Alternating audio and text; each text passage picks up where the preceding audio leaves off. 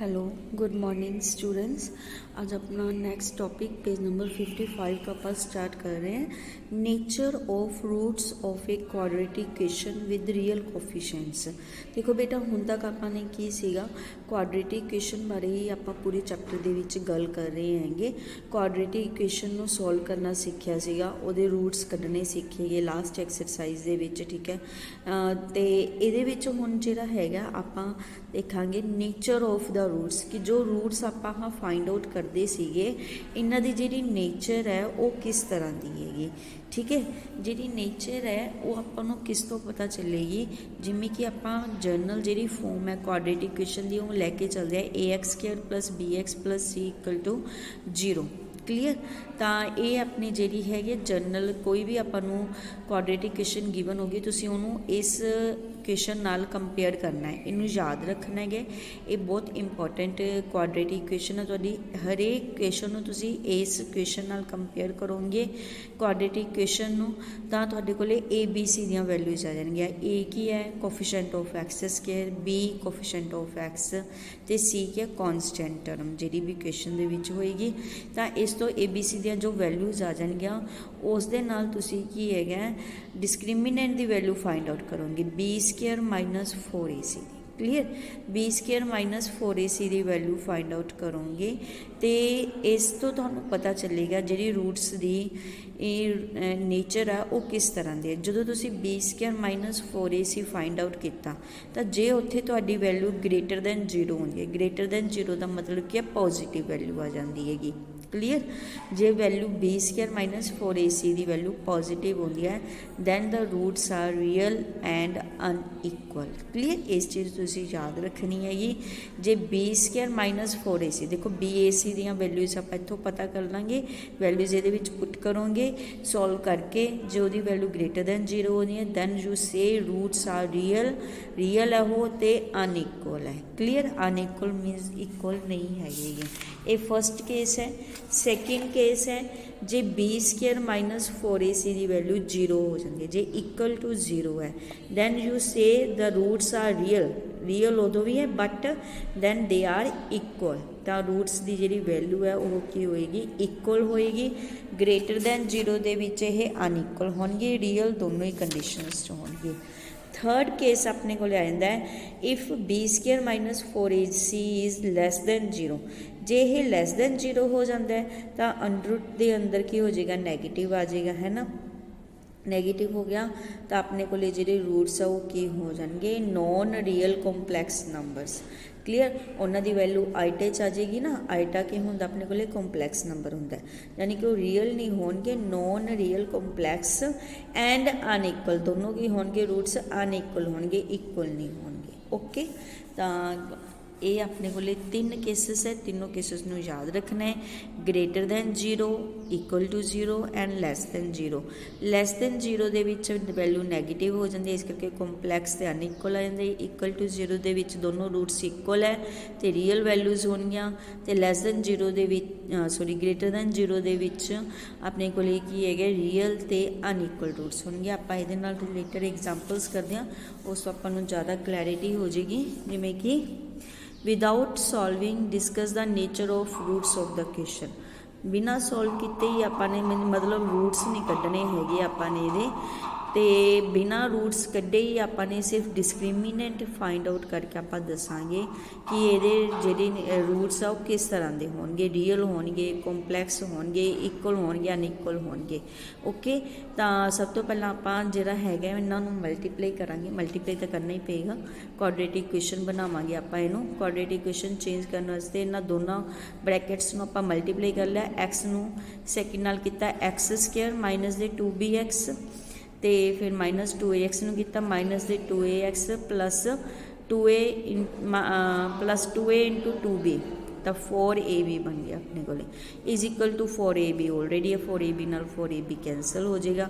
इतों तुसी x common कर सकते हो, 2b कॉमन कर सकते हो तो तुहाडे कोल इक्वेशन की रह जाएगी x² - 2 × a + b × x = 0। ਹੁਣ ਤੁਸੀਂ इस तरह डिस्क्रिमिनेंट करना। डिस्क्रिमिनेंट कढ़न वास्ते पहला तुहानूं क्या सी, हमेशा आह वाली इक्वेशन लिख लो, जी अपनी क्वाड्रेटिक इक्वेशन है, ये वाली इक्वेशन हमेशा लिख लो। तो ये ABC दी वैल्यूज़ तुसीं फाइंड आउट करनी है। क्लीयर? तो ए दी वैल्यू कितनी है, इतने कोफिशेंट ऑफ एक्स स्क्वेयर 1 है, तो ए दी वैल्यू तो 1 ही होगी। बी कोफिशेंट ऑफ एक्स, तो ये वैल्यू अपने को होगी माइनस दी 2 इंटू ए प्लस बी, जिन्नी मर्जी वड्डी भी हो सकती है। टर्म जरूरी नहीं कि 1 डिजिट ही होएगी, ये वड्डी भी हो सकती है, तुसीं सारी दी सारी कंसीडर करनी है। तो बी दी वैल्यू तुहाडे कोल होगी माइनस दी 2 into a plus b into x. Clear? ये तुहाडे कोल बी दी वैल्यू होगी। तो प्लस सी किसी कॉन्सटेंट वैल्यू, कॉन्सटेंट तुहाडे कोल है नहीं, तो it mean c the value होगी 0। क्लीयर? तो ये चीज़ तुसी याद रखनी है, सारिया वैल्यूज़ तुसी पुट करनी है बी स्क्वेयर माइनस 4AC, क्योंकि सी की वैल्यू 0 है, तो जो आप वैल्यू 0 पुट करांगे ये तो पिछली वाली टर्म की बन जाएगी 0 बन जाएगी। क्लीयर? ये तो खत्म ही होगी। बी स्क्वेयर है जरा, यानी कि आ जी आप वैल्यू फाइंड आउट की आप कर देंगे स्क्वेयर कर देंगे, 2 का स्क्वेयर 4 हो जाएगा, माइनस का स्क्वेयर प्लस हो जाएगा, ए प्लस बी का स्क्वेयर आ जाएगा। क्लीयर? हुण इस तो आपां नूं देखो क्लीयर की हो रहा, क्योंकि किसी भी टर्म का स्क्वेयर हमेशा की हुंदा पॉजिटिव हुंदा। इट मीनस की हो गया this discriminant is greater than 0, ये नॉट है। तो मीनस ये रूट्स की होंगे अपने को रियल होंगे तो अनइक्वल होंगे, तो rational you can say rational भी होंगे, बट रियल तो अनइक्वल भी लिख दोगे अकेला, उहदे नाल भी तुहाडा आंसर जिहड़ा वो सही हो जाएगा। इस तरीके नाल तुसीं सम्स करने। हुण अगला जिवें एग्जाम्पल है, इस तरह की एग्जाम्पल भी तुहानूं आ सकती है कि for what value of m will the equation have equal roots, कि एम की की वैल्यू होवे कि ये रूट्स आपां नूं ये चीज़ गिवन है, ऑलरेडी गिवन है कि ये रूट्स की है इक्वल है। तो तुहानूं दस्सिया सीगा रूट्स इक्वल कदों हुंदे, जदों डिस्क्रिमिनेंट इक्वल टू की हो जाता है 0 हो जाता है। जो डिस्क्रिमिनेंट इक्वल टू 0 है तो रूट्स इक्वल है, तो इट मीनस ये चीज़ आपां नूं ऑलरेडी गिवन है कि डिस्क्रिमिनेंट इज़ इक्वल टू 0, आपां एम की वैल्यू फाइंड आउट करनी है। तो वो वास्ते आप पहला की करांगे, आ वाली इक्वेशन के नाल कंपेयर करांगे एक्स स्क्वेयर का कोफिशिएंट, एक्स का कोफिशिएंट, तो क्योंकि ये कुछ नहीं लगे तो मीनस ये की है कॉन्सटेंट वैल्यू है थोड़ी। ठीक है, 7m माइनस 12 ये कॉन्सटेंट वैल्यू होगी। तो इनू आप बी स्क्वेयर माइनस 4AC च पुट करता, बी की वैल्यू माइनस दे 2m का स्क्वेयर माइनस दे 4 इंटू 1 इंटू 7m माइनस 12, इन्हों मल्टीप्लाई कर दो। तो जिमें 2m का स्क्वेयर माइनस का पॉजिटिव ही हो जाएगा, 4m स्क्वेयर हो जाएगा। इनू तुसीं 4 नाल मल्टीप्लाई किया 7 चौका 28 माइनस दे 28m माइनस माइनस प्लस हो जाएगा, तो 12 इंटू 4 अपने को 48 होंदा है। ओके, तो ये तुहाडे कोल हुण क्वाड्रेटिक इक्वेशन बन गई।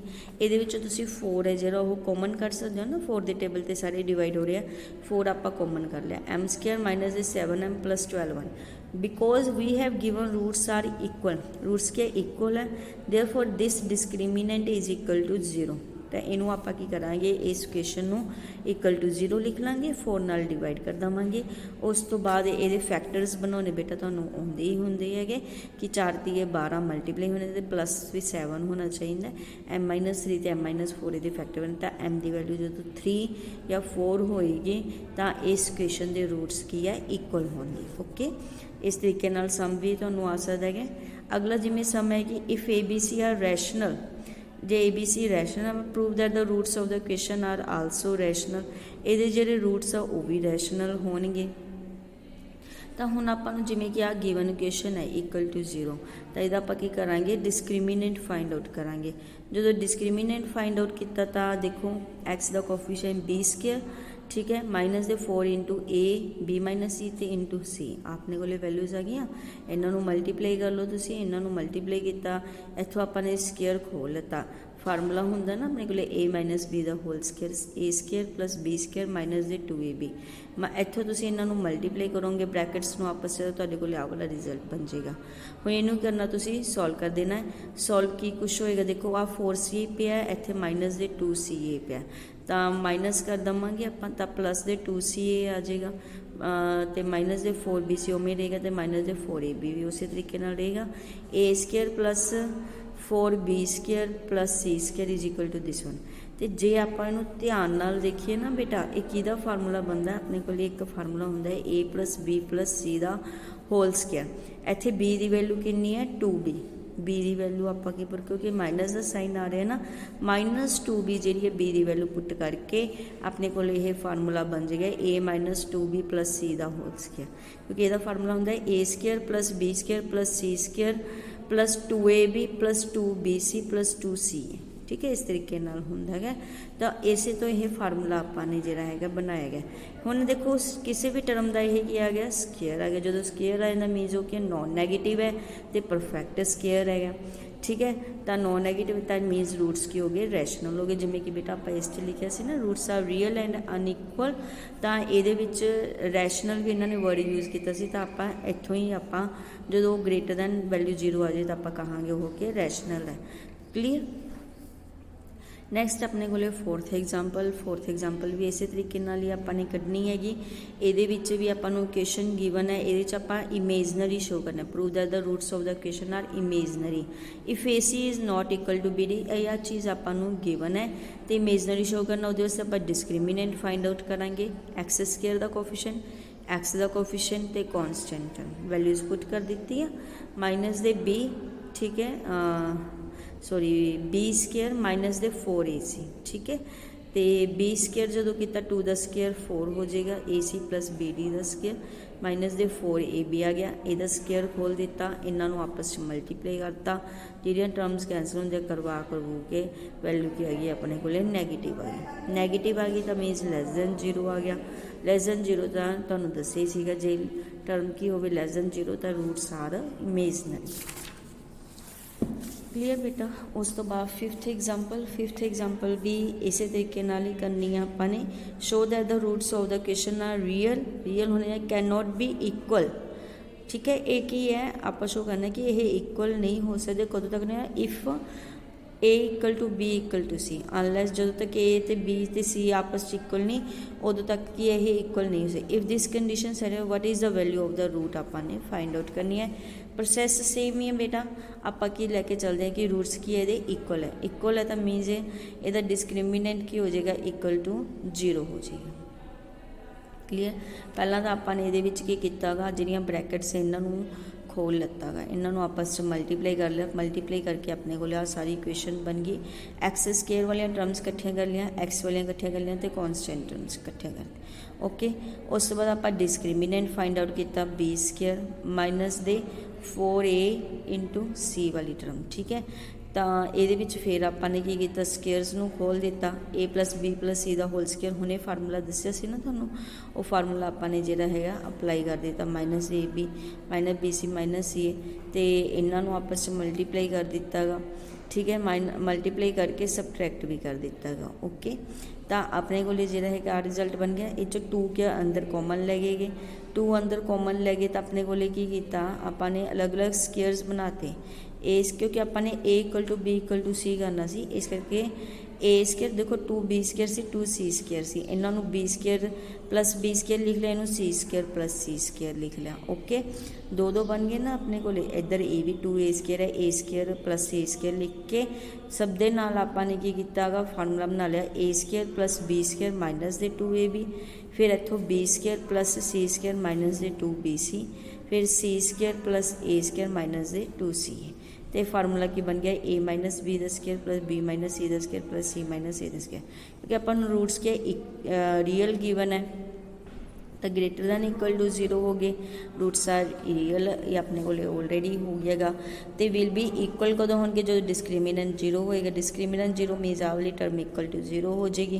तो तुहानूं पता जे स्केयर्स का सम इक्वल टू 0 है तो कली कली टर्म की होंगी 0 के इक्वल होंगी। तेनों मैं ये बार बार पहला भी दसिया गया कि जो स्केयर्स का सम 0 होंदा है तो कली कली टर्म 0 के इक्वल हो जाता है। a - b = 0, b - c = 0, c - a = 0, तो इतों अपने को लिखा गया a = b = c आ गया। जो a = b = c है तो ये वाली चीज़ आप करेंगे गिवन कंडीशन च पुट कर देवांगे। क्लीयर। आप की करेंगे क्योंकि तीनों इक्वल है, आप किया बी सी की जगह पर भी a ही पुट कर दिता, ठीक है। बी सी की जगह पर भी आप a पुट कर देवांगे, x - a² बन जाएगा, इत्थे भी x - a² बन, इत्थे भी x - a² बन जाएगा, ठीक है। इस तरह अपने को जी है इक्वेशन बन जाएगी आह वाली, तो एक्स की वैल्यू अपने को क्या आ जाएगी a आ जाएगी। ओके, सिक्स्थ एग्जाम्पल भी बेटा इसे तरीके नाल ही करनी है। तुसी prove that the roots of the equation can not be different if real, ठीक है। डिस्क्रिमिनेंट तुसी इहदे विच भी डिस्क्रिमिनेंट फाइंड आउट करना है। तो रियल कदों हुंदे आ, जदों ग्रेटर दैन इक्वल टू 0 होएगा। ग्रेटर दैन इक्वल टू 0 की कंडीशन लाइन माइनस सीगा, जो राइट हैंड साइड पर आएगा तो साइन चेंज होता, left less than equal to का साइन हो गया गा। तो sum of squares of two real numbers can not be negative, जो क्योंकि आ दोनों स्केयर्स है, इन्हों का जो समो कदे भी नैगेटिव तो हो नहीं सकता। ये लैस दैन 0 तो मीनस ये इक्वल टू 0 हो जाएगा। इनू इक्वल टू 0 करके डिस्क्रिमिनेंट की आ गया अपने को वैल्यू, तो रूट्स की हो गया अपने को इक्वल हो गए। Roots of given equation can not be different, okay. जो क्योंकि वैल्यू इक्वल टू 0 आ जाए तो मीनस हो गया कभी भी डिफरेंट नहीं होंगे, वो इक्वल होंगे। इस तरीके नाल बेटा जी सैकेंड सी एक्सरसाइज है उन्होंने तुसी सॉल्व कर लेना है, ठीक है। बहुत ईजी एक्सरसाइज है, सिंपल। तुसी सब सारे सम्स दे विच डिस्क्रिमिनेंट कढ़ना है, तुसी चैक करना है लैस दैन 0 है, इक्वल टू 0 और ग्रेटर दैन 0 है, तो उस तो तुहानू रूट्स की जी वैल्यू है वो पता चल जाएगी। नैक्सट लैक्चर च आप अगला टॉपिक स्टार्ट करते हैं। Thank you.